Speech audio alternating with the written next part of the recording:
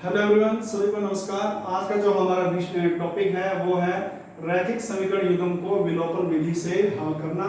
जैसा कि हमने इससे पिछली वीडियो में रैखिक समीकरण युग्म को हल किया था प्रतिस्थापन विधि से, उसमें हमने समीकरण एक से या किसी भी एक समीकरण से एक चर का मान निकाल लिया था, फिर उस चर के मान को दूसरे समीकरण में प्रतिस्थापित कर लिया था, फिर वो समीकरण एक चर का रैखिक समीकरण बन जाता था, फिर उसको हम आसानी से हल कर लेते थे। अब हम करेंगे विलोपन विधि। जैसा कि विलोपन का मतलब होता है किसी चीज का विलोप कर देना, तो यहाँ पे किसी ना किसी का विलोप होगा। अब क्या किसका विलोप होगा, आइए देखते हैं।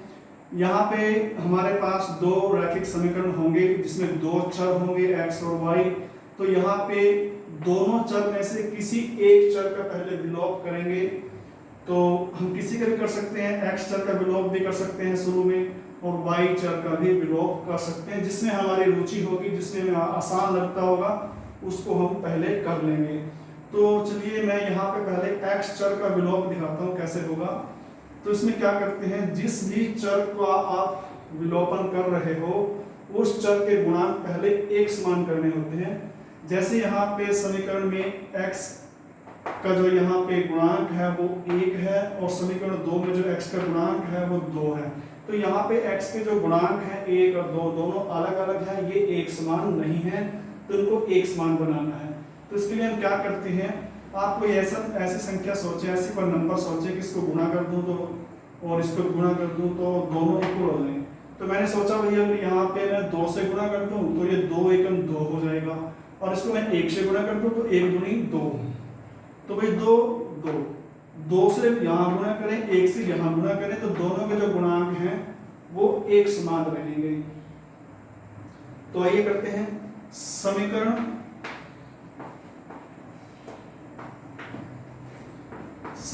एक को कर लेते हैं 2 से गुणा, और समीकरण 2 को गुणा कर लेते हैं 1 से।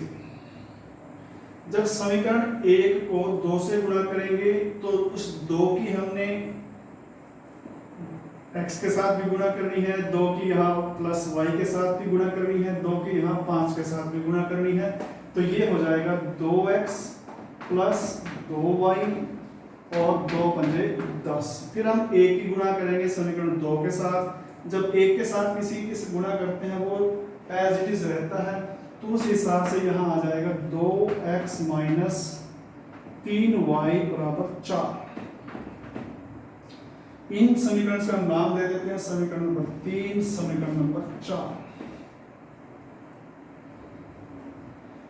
अब यहां पे देखिए, जब हमारे चर के जिस चर का विलोपन करना चाह रहे थे उसके गुणांक एक समान हो गए हैं। जब गुणांक एक समान हो जाएं, यदि दोनों के गुणांक के साइन एक जैसे हैं, मान जैसे यहाँ पे 2 का जो साइन है वो भी प्लस का है, इस 2 का साइन भी प्लस का है, इसका मतलब जब दोनों किसी चर के गुणांक एक जैसे साइन के हो, तो इसका मतलब हमने क्या करना है, समीकरण 3 में से समीकरण 4 को घटाना है।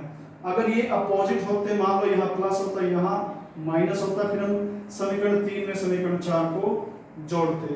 तो यहाँ पे क्या करना पड़ेगा, क्योंकि साइन एक जैसे हैं, प्लस प्लस के हैं, तो इसका मतलब समीकरण 3 में से समीकरण 4 को घटाना है। तो लिखेंगे समीकरण 3 में से समीकरण 4 घटाने पर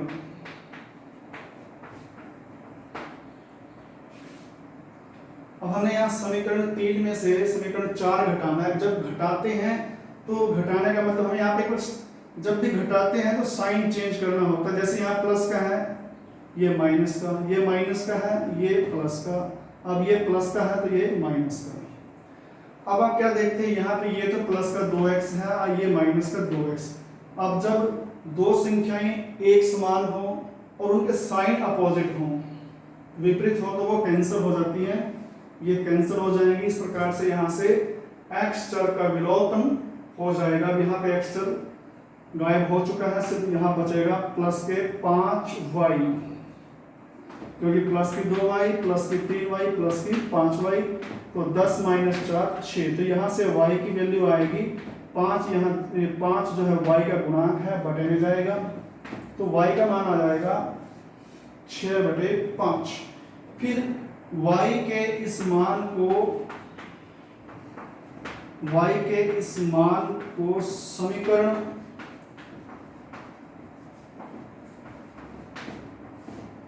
हम यहाँ पे समीकरण 1 में भी रख सकते हैं, समीकरण 2 में भी रख सकते हैं, जहां से हमें इजी कैलकुलेशन नजर आती है वहां पे हमें रख लेना चाहिए।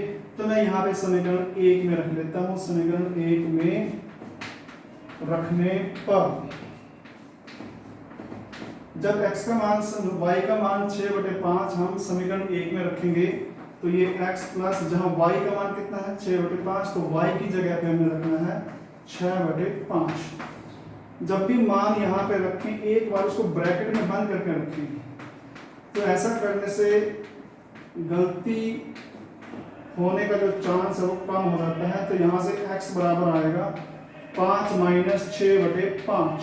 तो फिर यहाँ से हम क्या करेंगे, 5/1 माइनस 6/5, यहाँ से भुगतम आ जाएगा 5, तो ये 25 माइनस 6, तो ये आएगा 19/5।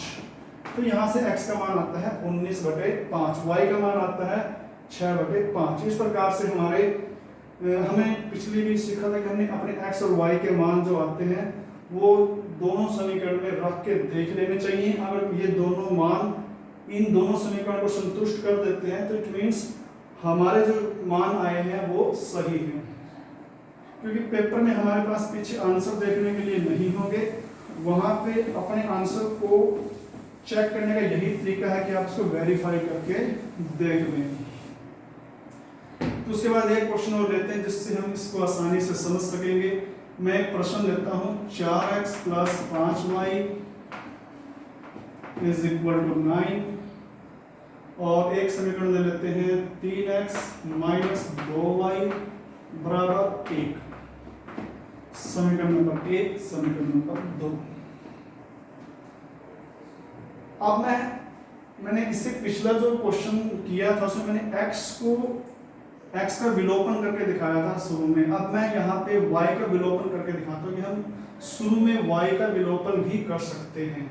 अब देखिए y के जो गुणांक हैं ये प्लस का 5 है, ये माइनस का 2 है, यहाँ 5 है, यहाँ 2 है, तो अलग अलग है। तो हम क्या करें कि ऐसी संख्या से गुणा कर लें कि दोनों के जो गुणांक है सेम हो जाए। कि 5 को यदि 2 से गुणा करो तो यहाँ 10 हो सकता है, इस 2 को 5 से गुणा करो तो ये भी 10 हो सकता है, तो फिर दोनों जगह पे 10-10 हो जाएगा। तो आइए, तो हमने क्या सोचा, इस समीकरण 1 में यदि इस 5 को 2 से गुणा कर दिया जाए तो ये 10 बन जाएगा, और समीकरण 2 में यदि हम 2 को 5 से गुणा कर दें तो ये भी 10 बन जाएगा। तो उस हिसाब से समीकरण 1 को आपने 2 से गुणा करना है, पूरे समीकरण को गुणा करना है। जब 2 को 4x से करेंगे तो ये 8x, जब 2 की गुणा प्लस 5y के साथ करेंगे 10y बराबर, जब 2 की गुणा 9 के साथ करेंगे 18। फिर समीकरण 2 की गुणा करनी है 5 से, तो 5 दिया 15x, यहाँ पे माइनस 5 दूनी 10y, फिर 5 की गुणा यहाँ करेंगे 5 एकम 5। अब देखिए यहाँ पे y का जो यहाँ गुणांक है वो प्लस का 10 है, यहाँ पे y का गुणांक माइनस 10 है।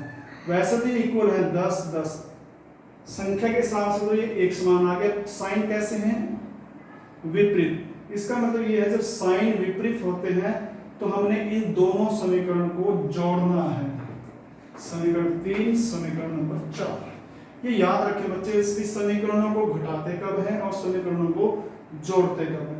जब गुणांकों के जो साइन है अगर वो अपोजिट आ जाए, एक प्लस का आ जाए दूसरा माइनस का आ जाए, इसका मतलब ये होता है कि हमने उन दोनों समीकरण को जोड़ना है।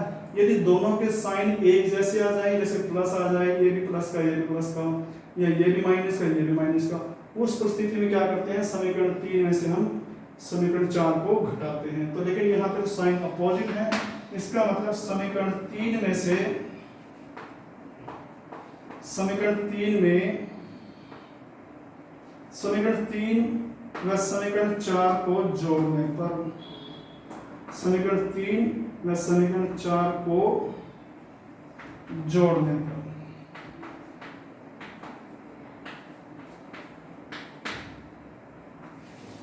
जब समीकरणों को जोड़ना होता है तो हमें यहाँ नीचे साइन चेंज करने नहीं होते।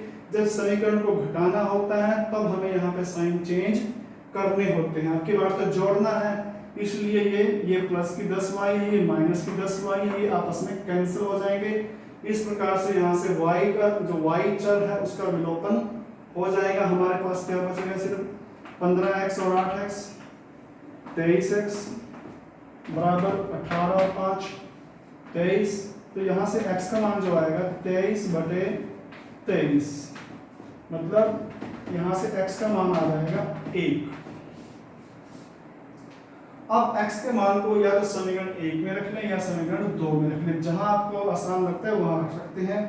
तो हम x के इस मान को